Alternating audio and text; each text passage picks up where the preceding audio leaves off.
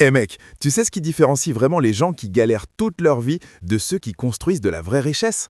Non, ce n'est pas juste le diplôme ou le taf. Non, c'est un état d'esprit. Et c'est exactement ça que Robert Kiyosaki déchire dans Père riche, Père pauvre. Imagine, un jeune gars à Hawaï entouré de deux figures paternelles. Son père biologique, père pauvre, ultra intelligent, diplômé, respecté, mais pauvre. Et le père de son meilleur ami, père riche, pas forcément plus diplômé, mais millionnaire et libre financièrement. Deux hommes, deux visions du monde, deux façons de gérer l'argent. L'un pense qu'il faut travailler dur pour gagner sa vie, l'autre pense que l'argent doit travailler pour toi. Les riches ne travaillent pas pour l'argent. L'argent travaille pour eux. Boum, ça claque. Alors, c'est quoi le message central du livre? Kiyosaki veut que tu piges que l'école ne t'apprend pas à devenir riche. On te file des maths, de la littérature, de l'histoire, mais pas comment faire fructifier ton argent, pas comment créer des actifs, pas comment sortir du cercle infernal des dettes et du salaire à la fin du mois. Tu vois ton pote qui dépense tout son salaire sur les sneakers et les sorties.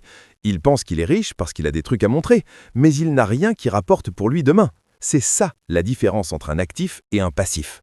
Les riches, eux, accumulent des actifs. Immobilier, actions, business, investissements qui mettent de l'argent dans leur poche même quand ils dorment. Les pauvres et la classe moyenne accumulent des passifs déguisés en actifs. Voitures de luxe, gadgets dernier cri, télé à écran géant qui pompent leur argent sans arrêt. Et c'est là que tout change. Comprendre cette différence peut littéralement transformer ta vie financière en 2026, dans un monde où le salaire ne suffit plus. Et ce n'est pas juste de la théorie. Kiyosaki nous partage ses expériences de gamin.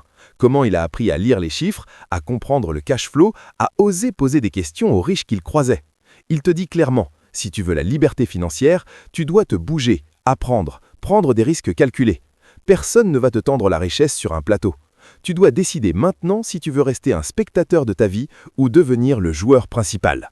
En résumé, Père riche, Père pauvre n'est pas juste un livre d'argent, c'est un manuel de mindset. Il te secoue et te force à réfléchir. Comment est-ce que je gère mes finances? Est-ce que je crée des actifs ou des passifs?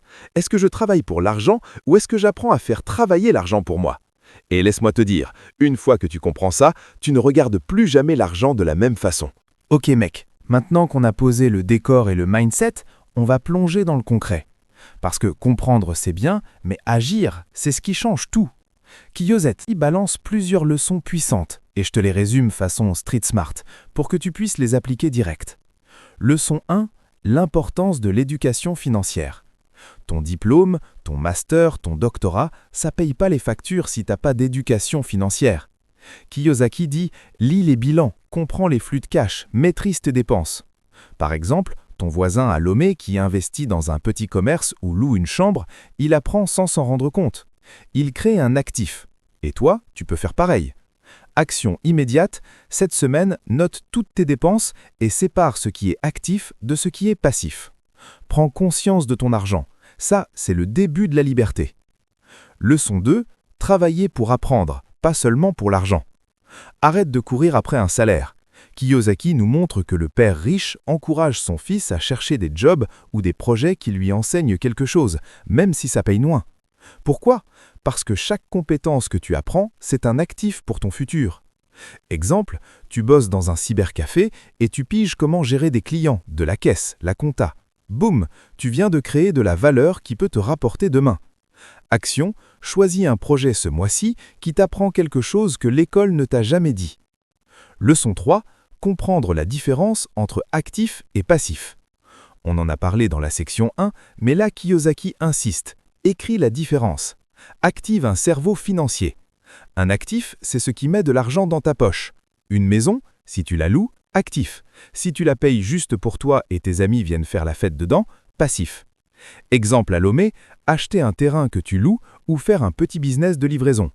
Action, cette semaine, note 3 choses que tu possèdes et demande-toi, est-ce que ça me rapporte ou ça me coûte? Leçon 4, le courage et la prise de risque calculée. Les riches ne sont pas fous, ils osent, ils prennent des risques calculés. Kiyosaki raconte comment il a commencé petit, avec de petites affaires et des investissements pour apprendre et grandir sans tout perdre. Exemple concret, un gars qui commence à vendre des boissons à la gare de Lomé apprend à gérer les clients, les prix, puis monte un vrai commerce. Action immédiate, pense à un petit projet que tu peux lancer ce mois-ci, même avec 10 000 ou 20 000 francs. L'important, c'est de commencer. Dernière pour cette section, arrête de croire que le salaire est la clé. Kiyosaki nous dit « Construis des systèmes, investis, fais que ton argent travaille pour toi ». La richesse vient de l'actif, pas du revenu. Action, commence à réfléchir à une source d'argent qui peut marcher quand tu dors, même une mini-activité en ligne ou un petit investissement dans une coopérative locale. C'est ça qui construit la vraie liberté. Mec, si tu appliques ces 5 leçons, tu commences déjà à penser comme les riches. C'est pas magique, c'est mindset plus action. Et crois-moi, comprendre ces principes aujourd'hui, en 2026, c'est comme avoir une carte au trésor dans un monde où tout le monde court dans le noir. Ok, on continue le turbo. T'as déjà pigé l'importance du mindset et comment distinguer actif et passif, mais Kiyosaki ne s'arrête pas là. On va pousser un peu plus loin avec les leçons suivantes, et je te donne aussi mon avis honnête sur le livre. Leçon 6, apprends à gérer les échecs et les dettes intelligemment. Les riches ne fuient pas la dette. Ils utilisent ce qu'on appelle la bonne dette pour acheter des actifs qui rapportent. La mauvaise dette, celle qui te fait acheter des gadgets que tu ne peux pas payer, ça, Kiyosaki te dit « fuis-la ». Par exemple, emprunter pour acheter un mototaxi qui va te rapporter chaque jour, bonne dette. Emprunter pour une grosse télé et un smartphone dernier cri, mauvaise dette. Action immédiate, fais l'inventaire de tes dettes et classe-les en bonnes et mauvaises. Décide lesquelles tu vas éliminer ou transformer. Leçon 7, l'importance de l'entrepreneuriat et de la créativité. Kiyosaki insiste, le job classique, c'est bien pour survivre, mais si tu veux la liberté financière, il faut penser comme un entrepreneur. Pas besoin de lancer une multinationale, même un petit business local compte. Exemple concret, à Lomé, tu peux commencer à vendre des jus frais ou faire des services de livraison express pour les boutiques. Action, trouve une idée simple ce mois-ci et teste-la sur ton quartier ou ton entourage. L'important, c'est de passer à l'action et apprendre sur le terrain. Leçon 8, entoure-toi des bonnes personnes. Les riches s'entourent de mentors, de gens qui comprennent l'argent et les investissements. Kiyosaki raconte comment son père riche l'a toujours encouragé à poser des questions, à observer et apprendre des gens qui réussissent. Choisis tes amis selon leur vision, pas leur salaire. Action, cette semaine, cherche un mentor ou rejoins un groupe d'entrepreneurs, même en ligne, pour absorber leur expérience. Critique honnête, point fort et limite du livre. Ok, soyons clairs, ce livre est un choc pour le cerveau et il motive à passer à l'action. Les exemples sont concrets, les concepts simples et puissants.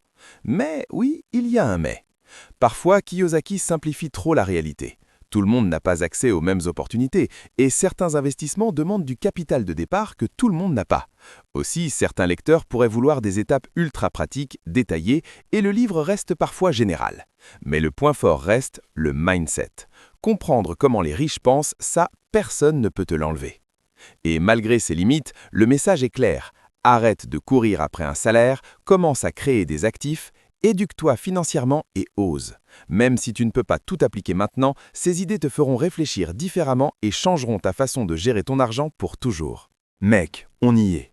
On a parcouru père riche, père pauvre, on a décortiqué le mindset des riches, les actifs, les passifs, l'éducation financière et même les bonnes dettes. Maintenant, retiens ça. Tout ce que tu as appris ne vaut rien si tu n'agis pas. Alors, récap rapide des 3-4 leçons qui vont vraiment te transformer. 1. Les riches font travailler l'argent pour eux. Arrête de croire que ton salaire est la clé. Crée des actifs. 2. Différence entre actifs et passifs. Chaque dépense peut soit te voler de l'argent, soit t'en rapporter. 3. Éducation financière avant tout. Comprends le cash flow, lis les bilans, maîtrise ton argent. 4. Prends des risques calculés. Même petit, chaque projet, chaque investissement te rapproche de la liberté. Mec, imagine ça. Dans un an, si tu appliques juste ces principes, ton argent commence à bosser pour toi et pas l'inverse. Ta vie change, ton mindset change. T'arrêtes de survivre et tu commences à construire. À Lomé, ça peut être un petit business de jus, de livraison ou investir dans un terrain qui prend de la valeur. Même petit, c'est le début de quelque chose de grand. Et maintenant, action immédiate.